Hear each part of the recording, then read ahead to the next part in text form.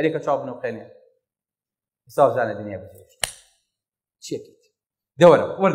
وەرنەوە دنیا الحەمدولله خوای گەورە ئەم جارە ژیانی پێبەخشینەوە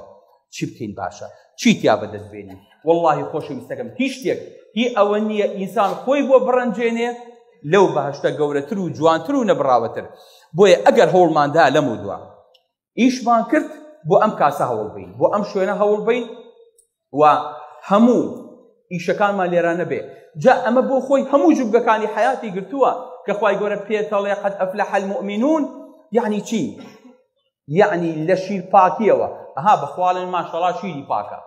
زمانی پاکە دەمی پاکە داوێنی پاکە دڵی پاکە نیازی پاکە هەرچی پاکەکانە لێرە نەیاجێ بێتەوە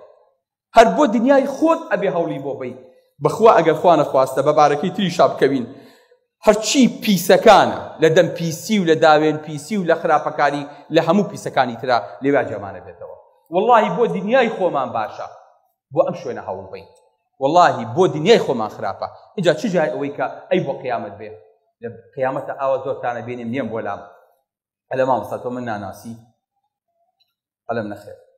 ئەلە مامۆستا بیریە باسی فردۆسە بۆ کردین لێدە بەخوا من لە ڕۆژەوە بڕیارم ما ئەها پێی گەیشتم اینجا دەسەکەی لێم بلی یەکتی الحەمدولله سوپاسی خواکەی دیای نام شوێنە